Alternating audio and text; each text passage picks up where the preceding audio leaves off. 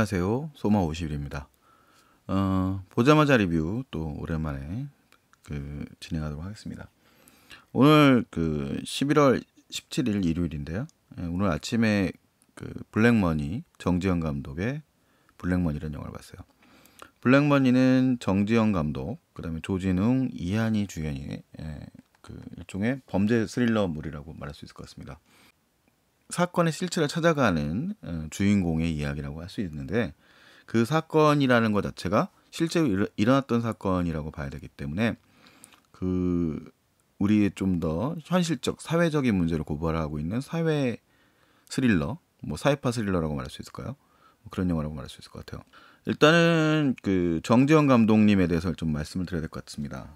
정지영 감독은 주로 80년대 말에서 90년대 초반까지 이제 거의 한국 상업 영화계를 이끌었던 주요 감독 중에 한 분입니다. 원래 이제 멜러 영화에 특화된 감독으로 알려져 있었어요. 젊은 관객들은 잘 낯서시겠지만 거리의 악사라든가 이런 히트작들이 또 있습니다.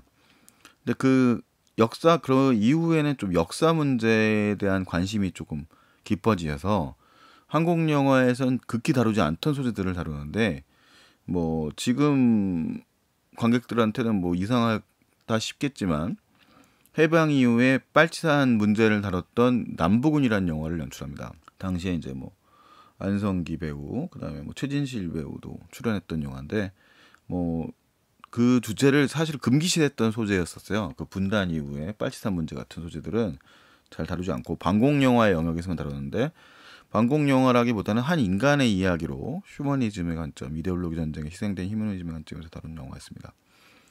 그리고 이제 베트남 전쟁을 역시 매우 비판적으로 다뤘던 안종효의 소설을 원작으로 한 하얀 전쟁이라는 영화를 또 만들었습니다.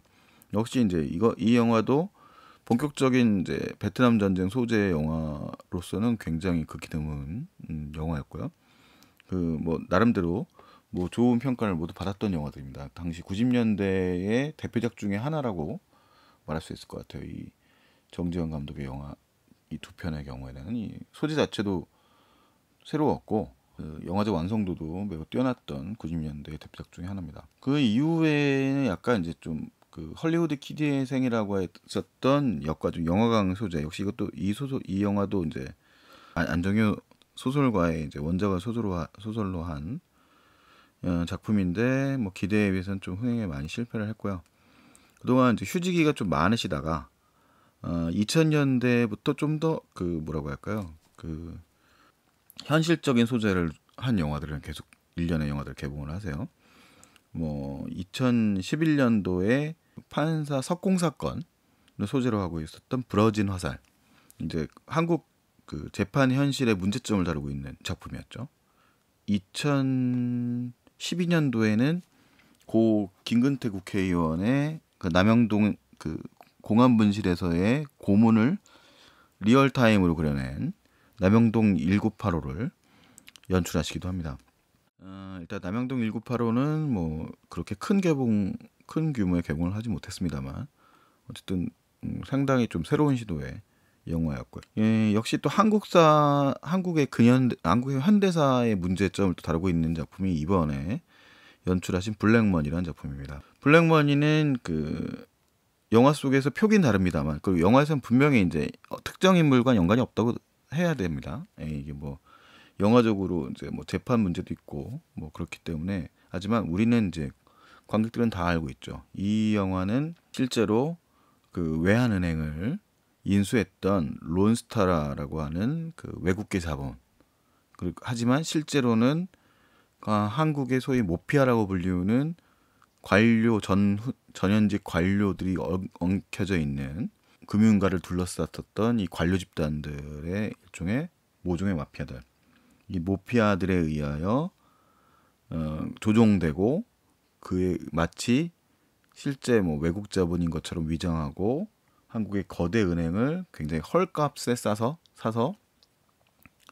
비싼 감에 팔려고 했던, 그리고 거의 이제 어느 정도 성공한 그 사건을 다루고 있는 게 블랙머니입니다. 영화는 굉장히 이제 사실은 소재 자체가 어렵잖아요. 경제적인 문제라는 건 원래 누군가 얘기하던데 그 MIT의 이 천재급 수재들, 이 수학을 미친 듯이 잘하는 수학 천재들이 굉장히 복잡한 공식을 뽑아내서 금융가에 가서 자기들은 막대한 연봉을 받으면서 일반인들이 이해하기 어려운 수학 공식들을 이용해 가지고 뭐 새로운 금융 상품을 계속 파생 상품을 만들어낸다는 얘기를 하는데, 금융 문제는 어쨌든 숫자가 복잡하게 엉켜나가면 우리 일반인들은 참 이해하기가 어려운 거죠.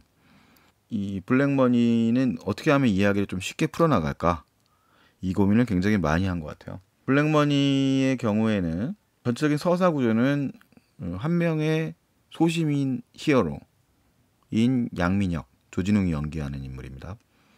양민혁 검사가 우연한 계기에 의해서 대한은행이라고 불리는 일종의 국책은행이 외국 자본에 의해서 넘어간 듯하지만 거의 그 자체가 사기이고, 그 과정에서 막대한 이익을 올리려는 일종의 경제 리더십을 지닌 인물들이 있다라는 것을 밝혀낸다는 얘기입니다.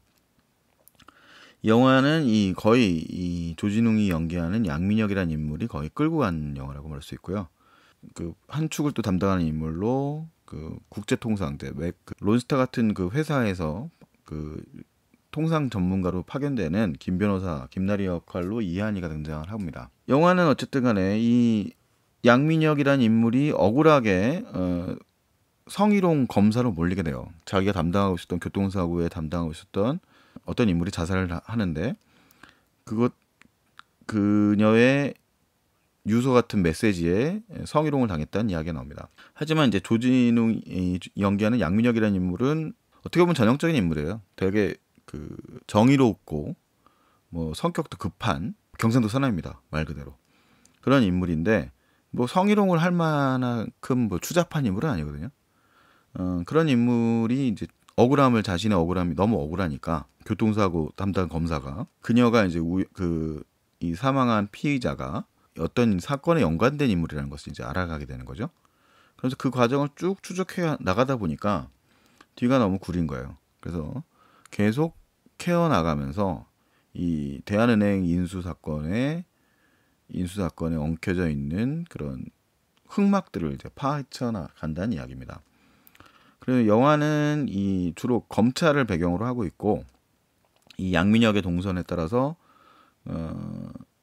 움직이고 있는데, 또 한 축은 이제 이 대한은행의 인수에 반대하는 노동운 인권 변호사와 이 양민혁의 선배로 나오는, 그리고 뭐 금융자본을 움직이는 인물들, 이 정도의 인물들의 구도로 움직여요. 이한이는 이 양민혁이라는 인물과 이제 어느 정도 서로 교감도 갖는 인물입니다만, 약간 기본적인 동선이 좀 다르니까 이 두 인물은 약간 계급적으로 완전히 다른 인물입니다. 그러니까 양민혁은 그냥 일반 그 횟집 아들이고, 검사가 된 계기 자체가 공대를 다니다가 아버지가 무고한 인물인데 피의자로 몰리게 되면서 감옥에서 생을 마감하는 과정을 보면서 그 분노 속에서 태어난 인물입니다. 그래서 굉장히 기본적으로 정의로운 인물일 수밖에 없죠. 김나리라는 인물은, 이한이가 연기하는 이 인물은 부유한 집안의 출신이고요. 외국 자본에 의해서 휘둘리는 그런 통상 전문가가 필요하다는 생각으로 인해서 통상 전문 변호사가 된 사람이에요. 그래서 기본적으로는 이 영화 속에서는 정의롭다라는 측면은 비슷합니다만, 약간 이제 계급적 차이는 존재하는 인물들인 거죠.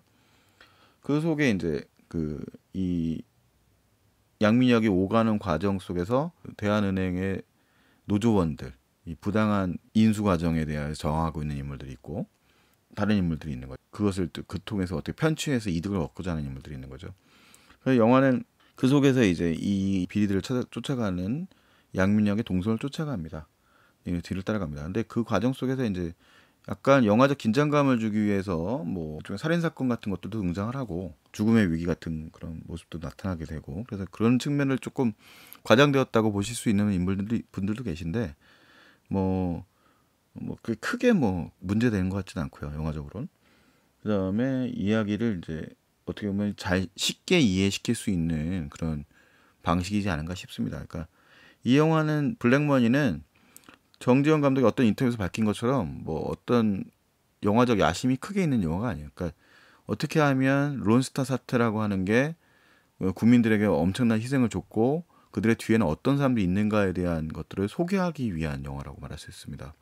그래서 매우 현실 고발적인 영화이고 매우 대중적으로 어떻게 하면 풀어나갈 것인가에 대한 이야기고 그 속에서 죽어나가는 사람들도 있다는 사실들을 우리가 알아야 된다는 점을 이야기하고 있는 영화죠. 그래서 분명한 메시지가 있는데 영화가 이제 그런 주제감에 짓눌리다 보면 영화 자체가 너무 무거워지는 경향이 있는데 이 영화는 좀 그렇진 않아요. 그러니까 은근한 이제 좀 아재 유머 같은 유머들도 던지고 예를 들자면 뭐 양민혁이 그 부장검사의 방에 들어갔다 혼나고 나올 때마다 포기하라는 소리 들을 때마다 그건 아니라고 얘기하거나 비리에 연루되어 있는 뭐 어떤 금융위의 인물 같은 경우에는 자기의 무고를 얘기하면서 꼭 하나님 얘기를 한다든가 뜬금없이 뭐 이런 식의 농담 같은 얘기를 섞어가면서 이야기를 좀 풀어나가는데 과하지 않아서 영화를 보는데 큰 지장은 없습니다. 여러분들이 뭐 이 사건 자체에 조금 관심을 갖는다면 저처럼 뭐 금융 문제라든가 이런 복잡한 문제에 대한 이해가 떨어진 분들도 영화를 이해하는데 크게 어려움이 없고 뭐 영화적 긴장감도